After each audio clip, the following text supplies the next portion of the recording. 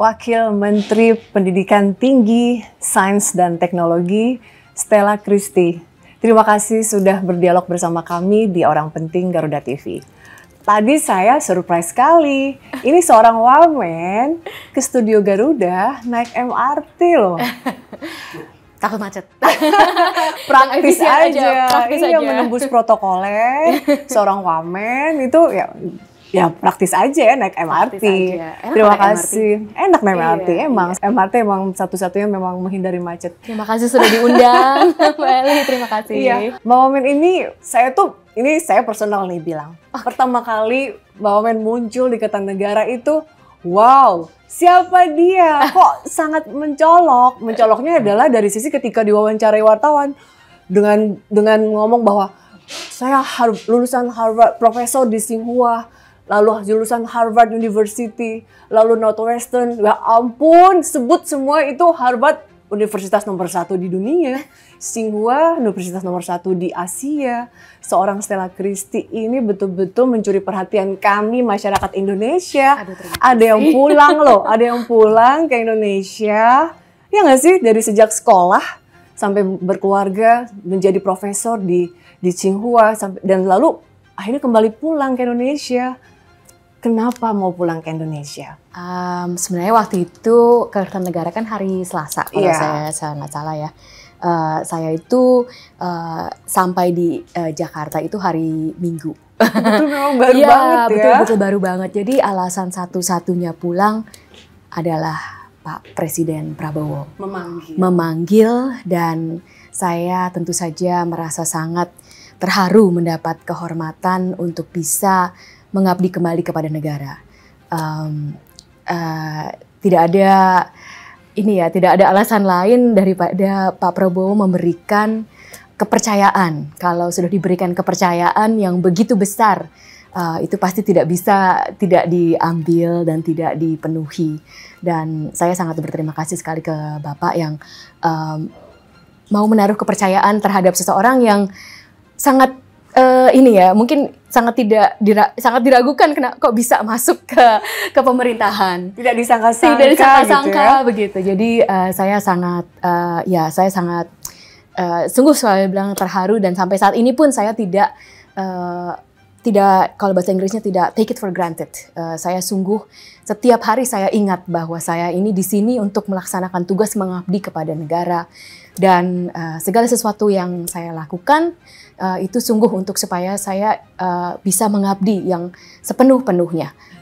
Itu menjadi suatu amanat yang sangat besar dan terus terang saja mungkin tidak gampang juga, begitu banyak tantangan dan saya harus banyak belajar, harus banyak bisa juga berpikir bagaimana saya bisa menghadapi tantangan-tantangan ini. Tapi saya sangat sampai saat ini alhamdulillah senang sekali dibantu oleh banyak seluruh kawan-kawan dari Indonesia. Saya juga mau berterima kasih. Saya tahu bahwa saya sangat didukung oleh kawan-kawan semua. Ini luar biasa. Saya tidak menyangka begitu bahwa selain Pak Prabowo yang langsung memanggil saya, kawan-kawan di tanah air ini juga sangat mendukung. Itu terima kasih sekali saya terhadap bangsa kita. Kalau kami melihat latar belakang seorang Stella Christy ya memang kalau kita sebut nih kita tuh anak-anak bilang nggak kaleng-kaleng ini memang ini wamen kita ini nggak kaleng-kaleng pendidikannya, bahkan viral loh. Mbak Wamen tuh viral banget di sosmed di mana-mana.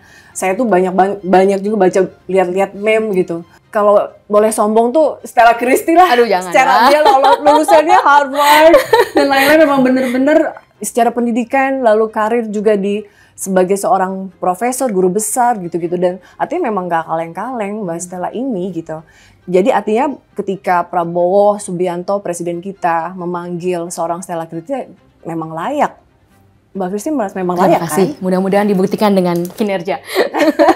Nah, kemudian memang ketika dipanggil, Pak Prabowo menyampaikan memang memegang untuk pendidikan tinggi, sains dan teknologi. Betul. Apa yang disampaikan Pak Prabowo dan apa yang diharapkan dari seorang Stella Christy? Iya, Pak Prabowo menyampaikan bahwa beliau ingin sungguh-sungguh memajukan sains dan teknologi di negara kita. yang tentu saja sains dan teknologi itu sangat berhubungan dengan pendidikan tinggi. Dan beliau berpesan supaya bagaimana ini kita memajukan, bahkan juga ada perubahan ekosistem sains dan teknologi di negara kita. Sebenarnya saya sebelum dipanggil untuk menjadi bagian dari kabinet, saya sudah bertemu Bapak beberapa kali. Dan salah satu seperti yang saya pernah utarakan sebelumnya, saya sungguh pertama cukup kaget bahwa Bapak itu sangat mau mendengarkan data dari seorang ilmuwan. Waktu itu pertama kali saya dipanggil Bapak itu, saya pikir Bapak paling nggak akan mau mendengarkan ya 5 menit, namanya juga sangat detail gitu ya, ini kan sudah presiden terpilih ya. Tapi Bapak justru waktu itu kita 1,5 jam. Sangat exciting 1,5 jam gitu ya.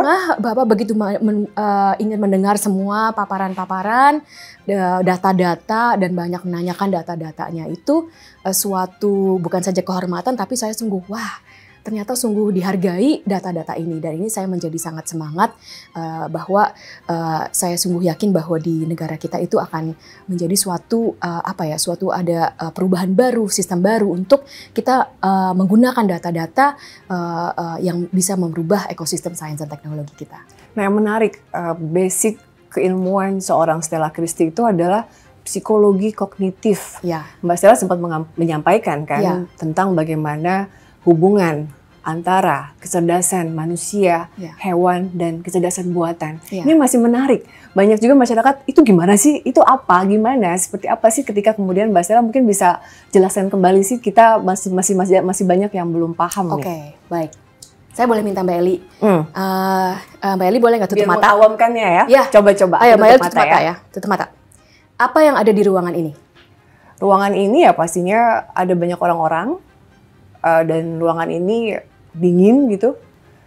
Ya ada Stella Christy bersama saya. Oke, Mbak Eli boleh buka mata lagi ya. Mata ya. Nah, kalau kita lihat, para pemirsa bisa lihat di ruangan ini ada apa? Ada banyak lagi dari yang Mbak Eli sebutkan ya. Ternyata. Ada botol minum air, ada meja, ada kursi, ada foto-foto di sini. Banget, ada kamera, betul, ada lampu. betul. Tapi tidak semuanya kan teringat di ketika saya memejamkan mata ketika saya membicarakan saya nggak bisa semuanya dengan mendeskripsikan ya. Nah, itu berarti kan informasi. Ini semuanya informasi. Jadi kalau kita lihat dari apakah indera-indera Mbak Eli itu merekam semuanya, terekam. Tetapi yang teringat itu tidak semuanya. Berarti kan itu selektif. Nah, yang menarik dipertanyakan adalah kalau kita menanyakan pertanyaan yang sama terhadap inteligensi buatan. Nah, itu mereka merekamnya apa? Ternyata yang menarik, inteligensi buatan mungkin merekam semuanya sampai ke pixel-pixelnya, pixel-pixelnya, luas ruangan ini dan lain-lain ya. Dan juga kita bisa tanahkan yang sama kepada misalnya hewan. Nah, kalau kita di sini misalnya ada kera. Nah, kalau keranya itu dia ingatnya apa? Itu mungkin ingatnya lain lagi. Nah, itu yang menarik itu berarti informasi di dunia ini sama. Tetapi setiap sistem inteligensi, apakah itu manusia, ataukah itu hewan, ataupun artifisial, merekam itu dengan cara yang berbeda. Nah, sekarang pertanyaan menjadi menarik, apakah perekaman yang berbeda, perekaman informasi-informasi dengan cara yang berbeda itu hasilnya juga berbeda. Nah, ini yang sangat menarik lagi kalau kita tanya, kamera video yang ada di sini, itu pasti merekam jauh lebih banyak dari rekamannya Mbak Eli. Tapi kalau kita tanya ke kamera videonya pertanyaan-pertanyaan yang mendalam, nggak akan bisa menjawab. Nah, itu jadi menarik. Berarti tidak berarti lebih itu lebih. Tidak berarti segala sesuatu itu diingat, itu bahkan menjadi informasi yang bisa diolah secara dalam. Itulah yang menarik yang kita sebut cognitive science. Cognitive science itu menanyakan bagaimana sistem inteligensi itu mengolah informasi. Informasi itu seluruh ada yang di dunia ini. Yang kita sekarang lagi mendengarkan, bahasa, tapi juga suara-suara yang lain. Nah, yang menarik itu manusia itu selektif. Artificial tidak selektif bahkan. Jadi sekarang tapi pertanyaannya, selektif yang seperti apa yang bisa menghasilkan ingatan-ingatan yang lebih jeli, pengertian-pengertian yang lebih dalam. Itulah yang menjadi kenapa kita membanding-bandingkan antara manusia, hewan, dan inteligensi buatan, sistem merekam informasi dan informasi yang keluar dari rekaman tersebut. Gitu. Tapi dikaitkan dengan hewan tadi, memang hewan memiliki kecerdasan. Oh, tentu saja. Oke. Bahkan di beberapa kita bisa ya. Kalau kita lihat kecerdasan ruang, kecerdasan ruang. Misalnya kita tahu tentang ini, burung kecerdasan ruangnya lebih tinggi dari kita. Ada burung-burung walet yang bisa terbang ratusan ribu kilometer tanpa GPS dan tidak akan pernah nyasar. Nah, itu mereka punya kecerdasan ruang yang kita tidak punya. Nah, jadi kecerdasan itu tentu saja ada, tetapi itu memang berbeda-beda. Nah, itulah yang menarik kenapa kita pelajari secara komparatif.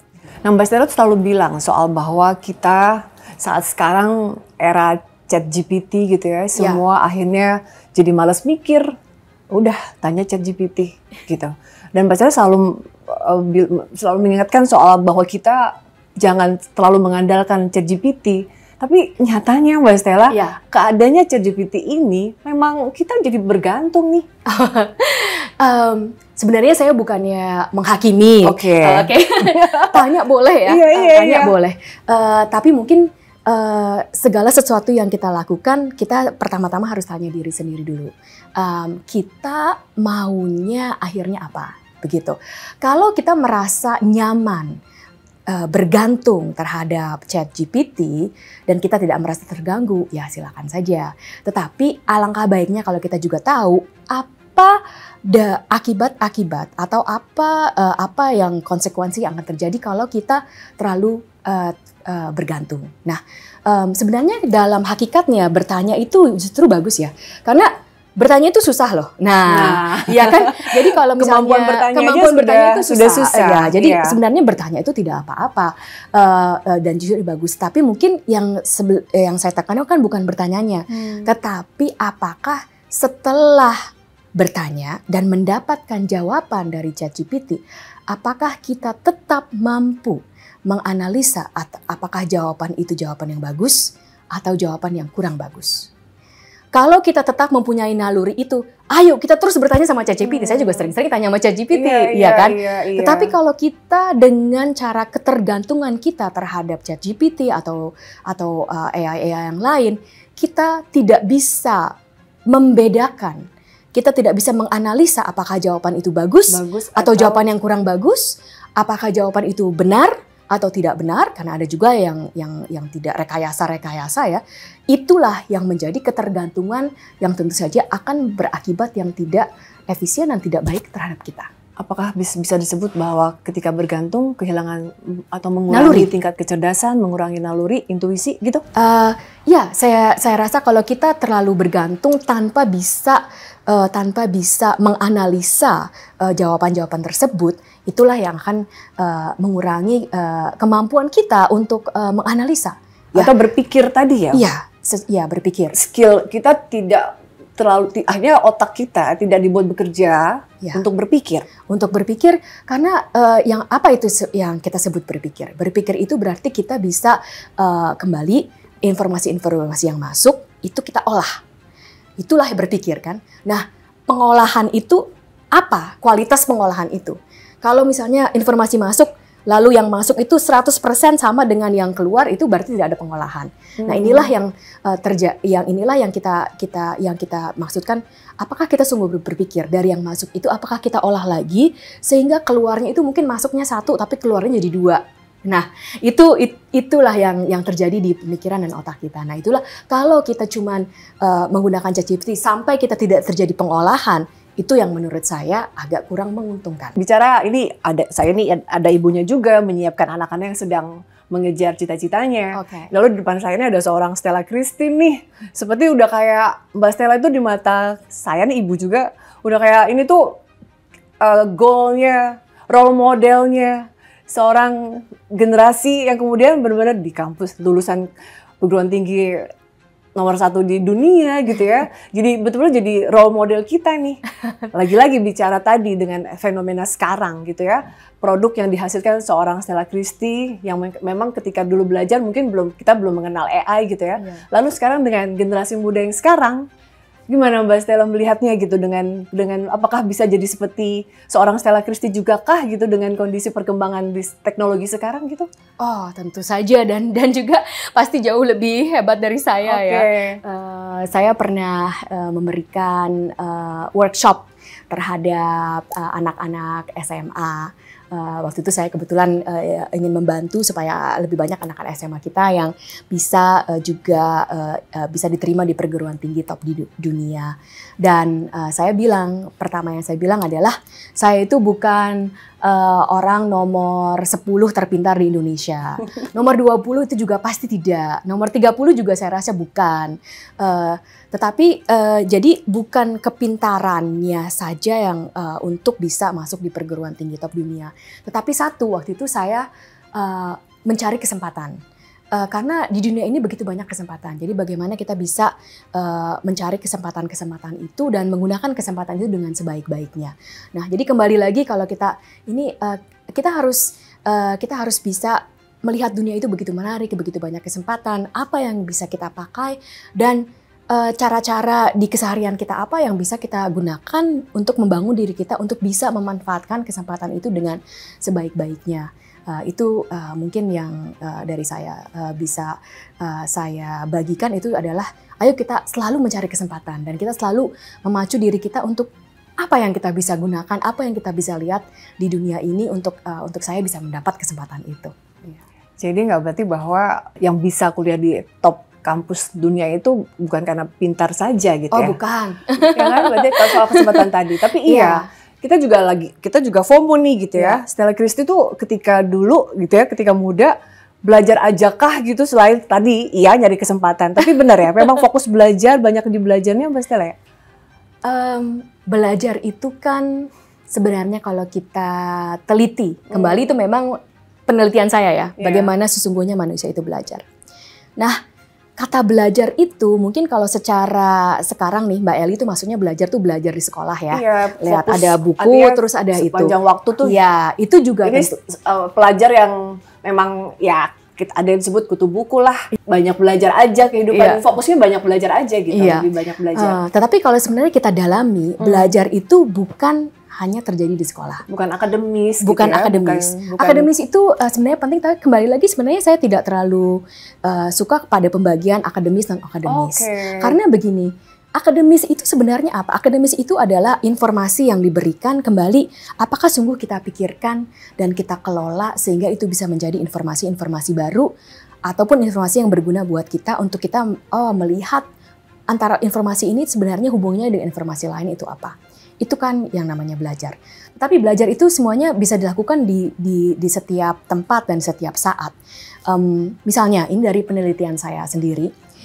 Penelitian saya menanyakan waktu kita kecil, hampir sekitar 70% dari waktu kita kalau dibebaskan itu kita pakai untuk bermain.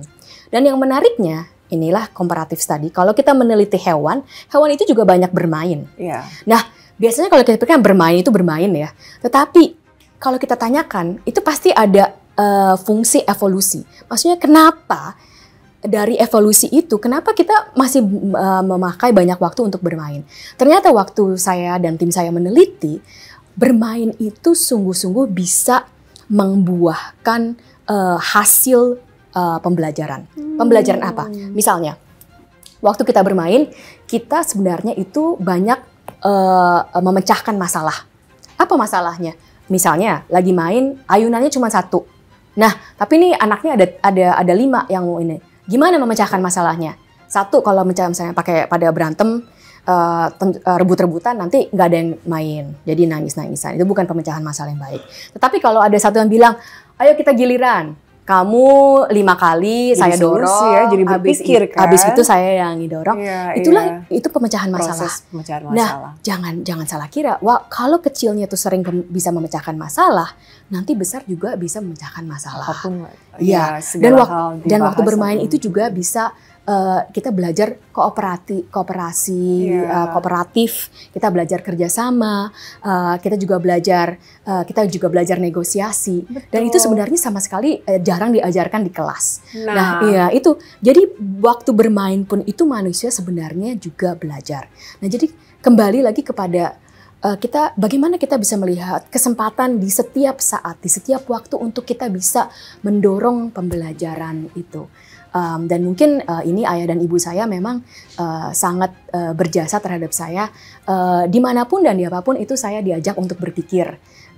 Misalnya saya ingat waktu saya kecil, ayah saya sering nanya kalau kita beli sate, coba mikirin kenapa itu yang jualan sate itu kenapa jualan sate cuma dari jam 8 malam.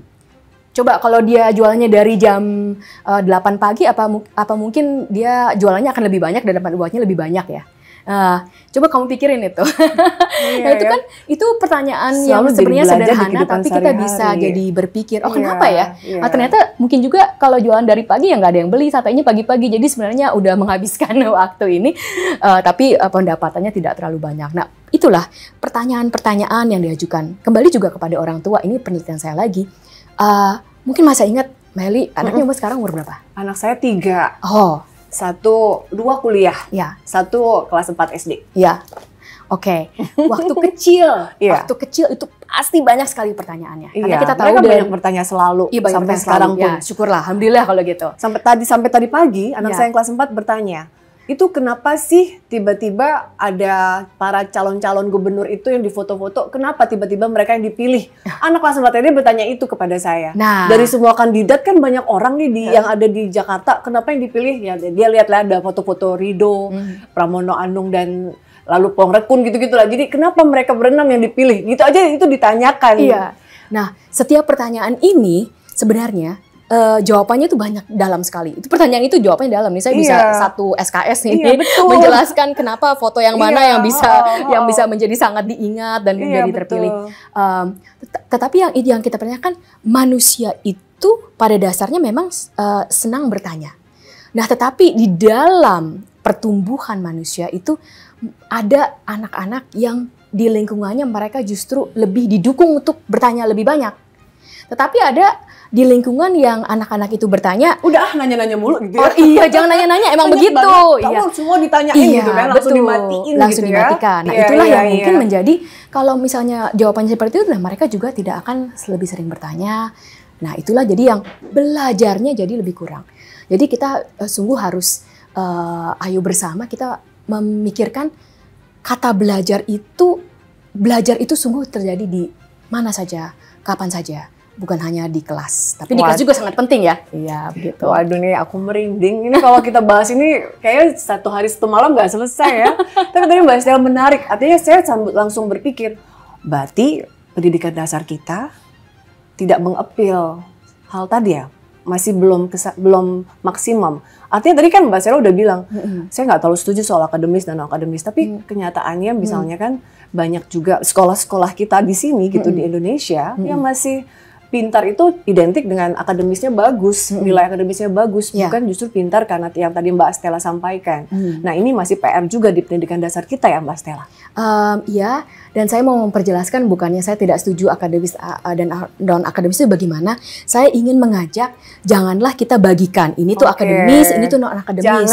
Jangan Iya, dibagi begitu. karena semuanya adalah belajar. Karena semuanya itu udah belajar. Jadi banyak yang non akademis saja itu bisa jadi akademis. Misalnya nih, di sini coba ada botol 1, 2, 3, 4, 5. Iya. Oke, ini ada 1 botol itu kira-kira berapa nih? 50 Kalau ml ngeliatnya ya, kah? tingginya kayaknya Ya, 300-an deh. 300 ya. 300, kalau 300, nah kalau ada 5 botol, ada berapa air di sini? Coba. Langsung matematika. Nah, itu ya. matematika itu, tapi kan 3 dari keseharian. Nah, Iya, janganlah 3 kali kita 5. lepaskan kesempatan-kesempatan itu Segala hanya hal karena adalah- kita membagi akademis dan non akademis. Wow. Itulah yang mau saya ajak kita bersama. Kasih Itu insight kepada ya. kita semua. Wow. Gitu. Iya. Peringkat perguruan tinggi kita di Indonesia gitu. Iya. Saya bertanya langsung pada wamennya yang Iya. mengurusi perguruan tinggi gitu Iya. ya. Peringkat perguruan tinggi kita masih jauh gitu Iya. dibandingkan misalnya dengan tetangga kita aja Singapura gitu ya. Ada kampusnya National University of Singapore gitu, Iya. peringkat cukup bahkan nomor 3 di Asia gitu. Lalu misalnya rata-rata memang bahkan kampusnya di mana profesor kita ini menjadi guru besar, Tsinghua itu nomor 1 di Asia. Iya. Tapi misalnya peringkat UI gitu ya, masih peringkat 540 di dunia. Iya. UGM peringkat 700, UNER peringkat 711, berdasarkan data dari The World University gitu. Iya. Nah, ini gimana Mbak? Ya. Apakah ini tantangan buat seorang wamen meningkatkan peringkat mutu pendidikan tinggi kita? Tentu saja. Tadi saya rasa kata kuncinya adalah mutu, ya. Mutu. Tentu saja kita tidak melihat peringkat melulu sebagai peringkatnya, karena kalau peringkat itu cuma berdasarkan peringkat bukan soal saja, itu bukan aja soal ya. Soalnya adalah mutu. Tetapi memang kalau kita lihat dari mana peringkat itu disusun. Baik. Peringkat itu disusun bobot nomor 1 adalah berdasarkan kualitas dari riset. Nah, inilah yang mungkin kadang-kadang agak terjadi di negara kita, masih pemikiran bahwa riset, sains dan teknologi itu terpisah dari universitas. Karena kebanyakan kita mikir universitas adalah di mana mahasiswa itu belajar dan dosen itu mengajar. Betul. Tetapi sebenarnya yang terjadi itu adalah di mana dosen itu melakukan penelitian, melakukan riset, dan mengajak mahasiswanya untuk melihat bagaimanakah riset itu dilakukan, inovasi baru itu dilakukan. Nah, jadi kalau kita melihat tantangannya di Indonesia itu yang kita lihat dari peringkat ini adalah tantangannya adalah kita belum universitas kita belum dibilang menjadi adalah research university. Sementara di universitas-universitas yang top mutunya, dan ini sungguh saya bilang mutu dan saya akan kembali kenapa ini mutu. Betul. Adalah semuanya adalah research university. Justru Harvard itu research university. Berarti nomor 1 yang dilakukan itu adalah risetnya. Dan risetnya itulah yang menjadi basis pengajaran dari dosen kepada mahasiswa. Mahasiswanya juga terlibat langsung terhadap riset tersebut. Dan kesehariannya itu kalau sebagai dosen itu saya sebagai guru besar dan sebagai dosen itu paling banyak itu melakukan riset. Dan nomor 1A itu riset, 1B baru ngajar gitu. Nomor satunya riset. Jadi saya terus meriset. Tetapi riset ini tidak pernah riset itu sendiri. Nah, jadi di dalam riset ini selalu ada proses belajar mengajar. Pertama, saya sendiri harus belajar dari kolaborator saya, rekan-rekan saya melakukan riset bersama. Pemikiran ini harus berputar terus. Kita menanyakan suatu pertanyaan, pertanyaan ini masuk akal atau tidak? Apakah investasi kita di dalam riset ini sungguh akan berbuah atau tidak? Nah, dan juga di tim riset saya itu selalu ada mahasiswa-mahasiswa. Apakah itu mahasiswa S1 atau yang sedang PhD, itu semuanya tim riset saya. Jadi waktu kita melakukan riset itu selalu bersama, itulah terjadi proses belajar mengajar. Itulah yang namanya research university. Kalau kita mau bertanya sungguh, karena kadang-kadang ada yang bilang, oh kita nggak usah mentingin ranking. Tetapi saya setuju dengan itu, tapi kita harus mementingkan mutu. Kenapa? Kembali lagi, ranking itu mencerminkan mutu. Ranking yang berdasarkan bobot dan kualitas penelitian itu sungguh mencerminkan mutu. Karena ada ranking-ranking yang lain yang bukan melulu berdasarkan bobot penelitian. Karena penelitian itulah yang menghasilkan pertumbuhan ekonomi suatu negara. Dari seperti yang Pak Prabowo canangkan, kita perlu swasembada pangan. Nah, kalau kita pikirkan bagaimana kita bisa swasembada pangan? Tidak akan bisa tanpa riset. Tanah itu terbatas. Negara Indonesia punya sebegitu saja. Dan itu bukan saja terbatas, akan berkurang terus karena pembangunan akan menggeser lahan-lahan pertanian. Tetapi dari lahan yang terbatas itu, kalau kita punya riset bibit yang unggul, hama yang bisa kita pelajari, itu dari 1 per hektar itu yieldnya itu akan naik. Itulah yang menjadikan riset. Jadi salah satu-satunya cara itu. Yang kedua, yang swasembada energi. Pak Prabowo mencanangkan swasembada energi. Swasembada energi itu tidak lain adalah dari riset. Kalau kita ingin untuk menjadi energi terbarukan, untuk menjadikan energi terbarukan itu perlu pemikiran, perlu inovasi teknologi. Semuanya itu dari riset. Hilirisasi, apalagi, ya kan? Hilirisasi itu kan berarti secara gampangnya yang kita ambil dari sumber daya kita, tanah itu harus diolah sehingga menjadi bahan kehilirnya, sehingga menjadi produk-produk. Pengolahannya itu seperti apa? Ya, 100% adalah riset. Itulah mengapa kualitas dari riset itu adalah sungguh-sungguh adalah kualitas mutu. Dan semuanya ini harusnya menjadi pokok yang terjadi di universitas-universitas kita, di perguruan-perguruan tinggi kita. Nah, ini sekarang belum. Tetapi saya juga ingin menekankan, ini belum terjadi bukan karena mutu peneliti atau dosen-dosen kita. Saya sudah banyak berbicara dan bertemu dengan dosen-dosen kita, dan mereka ini adalah orang-orang yang sangat mumpuni. Waktu itu saya pernah berbicara di NVIDIA, di Jensen Huang. Saya bilang, ada pertanyaan, kita harus bagaimana untuk upskilling? Saya bilang, mungkin bukan upskilling yang paling penting, tetapi itu yang saya bilang upsysteming. Upsysteming. Ini sebenarnya Pak Prabowo sendiri yang berpesan bahwa beliau ingin sungguh membuat ekosistem yang berbeda, ekosistem yang sungguh memajukan negara ini.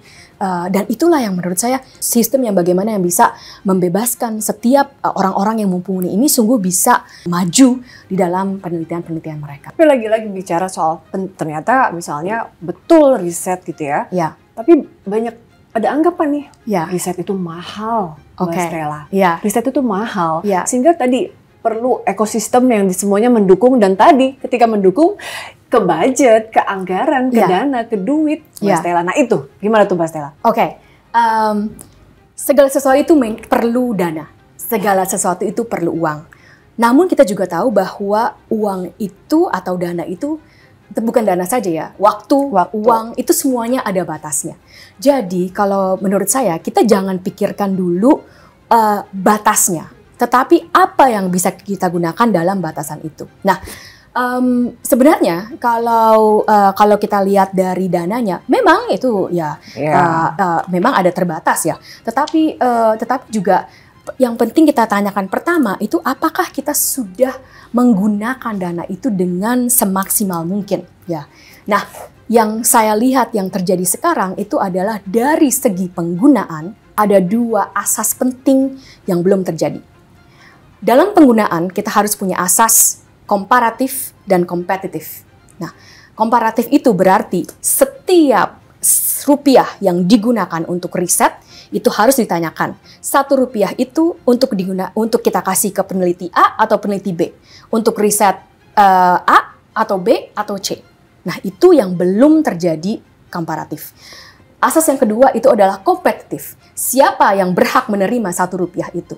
1 rupiah itu yang paling bagus dibelanjakan untuk apa? Nah itu ya kembali yang sekarang sistem sekarang. Misalnya di sistem sekarang kebanyakan kontrak untuk riset itu adalah dalam penganggaran barang dan jasa. Betul. Sehingga kontrak itu tidak memungkinkan sang principal investigator untuk bisa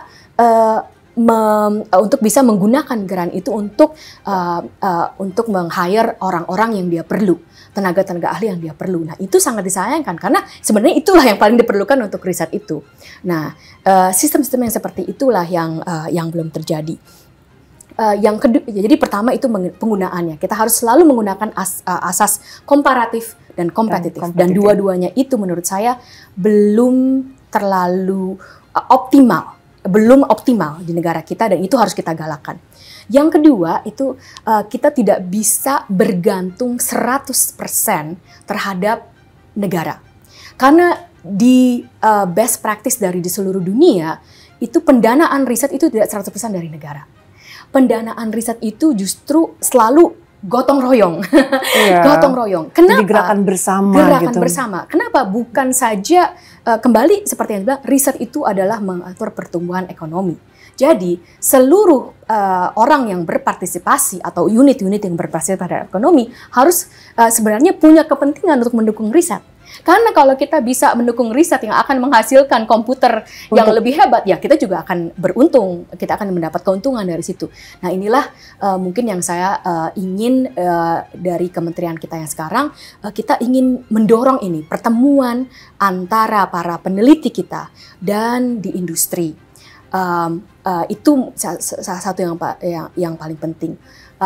Kalau boleh saya sedikit sedikit iklan, sedikit iklan dari Kementerian Pendidikan Tinggi, Sains dan Teknologi. Tanggal 28 November kita akan mendatangkan seorang fisikawan yang sangat ternama yang bernama Rob Myers, berbicara bagaimana dia bersama dengan seorang dari industri, Mike Lazaridis dari BlackBerry, nggak ada yang nggak tahu BlackBerry ya, membangun ekosistem riset yang bukan langsung seperti terapan, tetapi adalah riset jangka panjang. Dan itu mengapa seorang Mike Lazaridis seperti BlackBerry itu mau menghabiskan uangnya untuk, atau menginvestigasikan uangnya untuk riset jangka panjang itu. Nah, ini sudah terbukti membuahkan hasil-hasil yang sangat luar biasa di dalam ilmu fisika. Tapi kembali intinya adalah, jadi pelan namun pasti saya ingin mengajak setiap pemangku kepentingan untuk bersama-sama memikirkan bagaimana kita bisa mendukung riset kita. Ya, karena saya jadi teringat nih, seperti tadi, ya karena riset juga menciptakanlah komputer. Pak Prabowo selalu bilang, masa sih negara sebesar ini nggak bisa bikin mobil sendiri gitu ya, nggak bisa bikin motor sendiri. Dan artinya kan beliau sangat concern bagaimana kemudian nggak bisa bikin handphone sendiri, yang kayak gitu loh. Yang memang mudah-mudahan artinya ini menjawab juga bagaimana concern Prabowo tadi. Lalu ada Ibu Wamen di sini untuk juga menunjang bahwa kita bisa tadi hilirisasi, kedaulatan, teknologi dan lain-lain, dan juga itu dari negeri sendiri gitu ya. Betul. Itu amanat yang sangat besar dari Pak Prabowo. Tetapi saya yakin kita mampu untuk melakukan itu dengan kembali ekosistem yang kita bangun dari dua belah pihak, top down dan bottom up. Nah, kalau saya boleh cerita, ini juga ada suatu gerakan yang langsung dari Pak Prabowo untuk membangun ekosistem ini. Pak Prabowo mengamanatkan salah satu program kunci dari Pak Prabowo adalah membangun SMA unggul. Nah, kebetulan saya langsung terlibat menyusun konsep SMA unggul ini. Kita akan membangun SMA unggul, 20 SMA unggul baru di seluruh pelosok Indonesia yang akan membina siswa-siswa dari beragam latar belakang ekonomi. Mereka akan diberikan beasiswa penuh untuk bisa menimba pendidikan yang sebaik-baiknya, dan diharapkan mereka juga bisa diterima di universitas unggulan di dunia, sehingga mereka akan bisa menimba ilmu riset, terutama sekali di bidang STEM ini yang sungguh diamanatkan oleh Pak Prabowo, dan bisa kembali lagi ke Indonesia untuk membangun ekosistem riset sains dan teknologi kita. Ini menjadi suatu program yang kita sangat bergairah untuk membentuk program ini langsung dari Kementerian Pendidikan Tinggi, Sains dan Teknologi. Ya. Menarik tadi, termasuk juga soal vokasi nih, Mbak Stella, Bu Wamen. Bagaimana kemudian sepertinya memang tadi bicara bahwa bagaimana perguruan tinggi kita lebih banyak terkait akademis, tapi justru vokasi pun sepertinya masih belum juga tidak menjadi fokus utama ya, soal vokasi. Masih sebagian aja gitu loh, Mbak Wamen. Masih mencari sarjana-sarjana ya ternyata juga nggak bisa diserap secara langsung semuanya di dunia kerja. Kalau kita berbicara tentang vokasi, sebenarnya menurut saya baik kalau kita pikirkan apa itu sebenarnya vokasi. Vokasi dan perguruan tinggi menurut saya memang berbeda. Perbedaannya adalah demikian. Perguruan tinggi itu bertanggung jawab untuk menciptakan demand dan supply, menciptakan permintaan. Tetapi vokasi itu 100% harus respon terhadap demand. Harus merespon terhadap siap demand. Siap kerja, udah siap pakai lah ya. Jadi yang perlu dilakukan sebenarnya kalau kita memikirkan vokasi dengan sungguh-sungguh, kita pertama harus tahu betul demand-nya itu apa.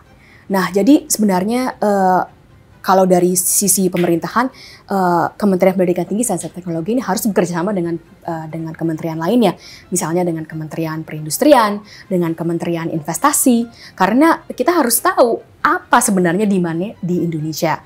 Nah, Selain itu, vokasi itu juga namanya juga pendidikan. Pendidikan itu harus ada jangka waktunya baru akan mengeluarkan hasil dari pendidikannya. Jadi kita harus berpikir juga jangka panjangnya. Jadi vokasi itu harus mengikuti perubahan kebutuhan dari industri, perubahan kebutuhan ekonomi di negara tersebut. Jadi harus selalu tuning. Tetapi penting sekali tuning itu juga harus dipikirkan waktunya. Jadi kalau pendidikan vokasi setidak-tidaknya itu kan ada 2 tahun. Nah, dalam 2 tahun apakah yang diajarkan itu akan nanti menjadi tidak sama atau tidak cocok dengan yang dibutuhkan. Nah, itulah jadi segala pendidikan vokasi ini harus melihat ekonomi dan harus selalu bisa adaptasi terhadap kebutuhan pasar. Itu sangat penting terjadi dalam kebutuhan vokasi. Tetapi penting sekali lagi bahwa perguruan tinggi tidak seperti itu 100%. Karena kalau kita hanya seluruhnya pendidikan kita, baik pendidikan tinggi maupun pendidikan vokasi, itu hanya merespon terhadap demand, tidak akan ada pertumbuhan ekonomi. Karena kita tidak menciptakan demand-demand baru. Itulah mengapa pembagian itu secara skema penting. Ada yang merespon 100%, tapi ada juga yang harus menciptakan demand tersebut. Ya. Kira-kira kan kita kadang berpikir, dalam berapa tahun ya kita bisa seperti yang tadi Mbak Stella sampaikan, bisa dengan kondisi yang ideal tadi, atau merever beberapa negara lain yang seperti itu sudah bagaimana kemudian risetnya, pendidikannya sudah baik dan lain-lain, menemukan pendidikan yang unggul, semuanya paling tidak peringkat kita bisa lebih naik dari sisi itu banyak hal. Mbak Stella sebagai seorang wamen, berapa tahun sih ada kenaikan atau peningkatan itu, Mbak? Oke. Kalau ditanya berapa tahunnya, saya akan jujur bahwa untuk menaikkan peringkat itu sangat sulit ya. Sehingga kembali lagi program Pak Prabowo untuk membangun SMA unggul, ini adalah program strategis yang juga dalam jangka waktu yang cukup singkat kita bisa mengeluarkan talenta-talenta yang akan membangun ekosistem sains dan teknologi kita. Tetapi kita juga bisa melihat bahwa ada celah-celah yang besar untuk membangun ekosistem sains dan teknologi kita sekarang. Misalnya, yang sedang kita lakukan di kementerian itu adalah kita sebenarnya kalau kita tanyakan tugas kita sebagai Kementerian Pendidikan Tinggi, Sains dan Teknologi itu apa? Tugas kita adalah menjadi biro dating yang sangat hebat. Kenapa? Kita harus tugasnya itu jadi mak comblang. Mak comblang ya, menghubungkan dengan banyak stakeholder. Kenapa kita tugasnya mak comblang? Karena yang perlu terjadi itu adalah bahwa dari dosen-dosen kita, peneliti-peneliti yang sudah mumpuni itu, mereka bisa menemukan tanpa harus cari sendiri. Itu kan kalau nggak ya cari sendiri juga bisa. Cari sendiri susah. Betul. Nah, harus ke kita bisa menemukan siapa yang bisa menyerap tadi industri. Ya. Sebaliknya, industri ini misalnya kita ingin membuat industri baterai listrik. Industrinya kalau cari sendiri susah. Harusnya dia bisa tanya ke kita, siapa yang jago baterai listrik, atau siapa yang sebelum baterai listriknya gitu, siapa yang jago penelitian itu. Nah, itulah yang kementerian kita bisa. Nah, ini sudah bisa dilakukan sekarang. Inilah yang sekarang kita lakukan bersama dengan tim-tim kementerian kita yang sangat hebat-hebat ini untuk membangun database. Database kita kumpulkan setiap dosen ini, mereka melakukan penelitian apa saja. Lalu industri-industri di Indonesia ini kebutuhannya apa saja. Itulah yang kita ingin jadikan. Itu tentu saja perlu waktu, tapi itu bisa dicapai dalam waktu yang konkret ini. Saya rasa kalau kita sudah menjadi ada ajang pertemuan yang sistematis ya. Karena kadang-kadang memang ada program ini, program itu, tapi itu belum secara sistematis. Kalau kita punya ajang pertemuan yang sistematis, bukan saja industri, setiap pemerintah daerah kalau perlu membangun jalan, boleh, silahkan tanya dulu siapa yang jago bangun jalan nih, siapa yang jago geografis nih. Kemarin saya ada pertemuan dengan para guru besar. Wah, senang sekali ketemu ini guru-guru besar yang begitu hebatnya, yang ada insinyur-insinyur kita yang begitu jago tentang macam-macam ya, dari geotermal dan banyak belajar sekali. Nah, ini tinggal kita pertemukan. Karena kebutuhan itu ada, secara perekonomian negara kita begitu besar, tetapi sistematis pertemuan ini belum terjadi. Inilah tugas berat, tetapi saya rasa bisa kita lakukan kalau kita secara sistematis dari Kementerian Pendidikan Tinggi Sains dan Teknologi. Memang begitulah sebetulnya tugasnya Ya, pemerintah jadi Mak Comblang. Mbak Selma. Jadi Mak Comblang mempertemukan. Tapi harus Mak Comblang yang qualified gitu. Betul. Jadi kalau datang ke kita pasti oh ini nanti yang pas waktu lagi blind date ini yang datang nih ya waktu blind date kan blind date kan ketemunya belum ketemu ya. waktu blind date, tapi ini pasti akan senang blind date-nya. Kalau nggak nanti dia pergi ke agensi lain. Ini masih banyak netizen kita, masyarakat yang kepo gitu. Ada menteri yang bahkan ada yang bilang nyentrik tapi modis dan stylish gitu loh Mbak. Bagaimana seorang Stella Christy kenapa berpenampilan seperti ini? Kenapa berpenampilan seperti ini? Nah, itu pertanyaan yang sulit ya. Itu kembali lagi, itu sebenarnya bisa juga dijadikan penelitian. Lagi-lagi riset. Iya, karena itu sebenarnya pertanyaan penelitian. Iya, misalnya kenapa saya begini? Kenapa pakai baju kenapa itu? Kenapa Mbak Stella begini dengan seleranya gitu ya, penampilannya. Iya. Stylish, modis gitu. Itu sungguh penelitian loh, Mbak Eli. Karena saya kan penelitian itu bertanya inteligensi itu dari mana. Nah, mungkin ada yang berpikir inteligensi itu harus jadi seperti Einstein atau fisikawan. Oh, tapi bukan itu saja. Inteligensi itu termasuk kok bisa ya milih baju yang cocok. Nah, kok kenapa bisa tahu ini dari sepatu yang menarik atau yang sesuai gitu. Itulah juga inteligensi. Dan itu sangat menarik ya. Jadi kalau kita tanyakan kenapa bisa begitu, dari mana selera itu. Nah, itu semuanya bisa ada penelitiannya begitu. Semuanya belajar setiap detik dari seorang. Kalau saya bisa kasih tahu sih kalau saya dari mana. Dari suami saya. Kacamata ini ya. Iya, semuanya. Suami saya yang ini. Oh, ini nih bagus nih sepatunya. Ini bagus kacamatanya gitu. Konsultan fashionnya ya. Konsultan fashionnya suami saya. Ini bukan karena pilihan Mbak Stella ya kacamata. Pilihan saya juga. Kalau kacamata memang pilihan suami saya. Tetapi banyak yang mau beli, banyak yang mau cari nih. Makanya di Polandia nggak belinya, yang beli suami saya. Jauh ya. Di sini memang belum terdata ada di sini ya. Iya.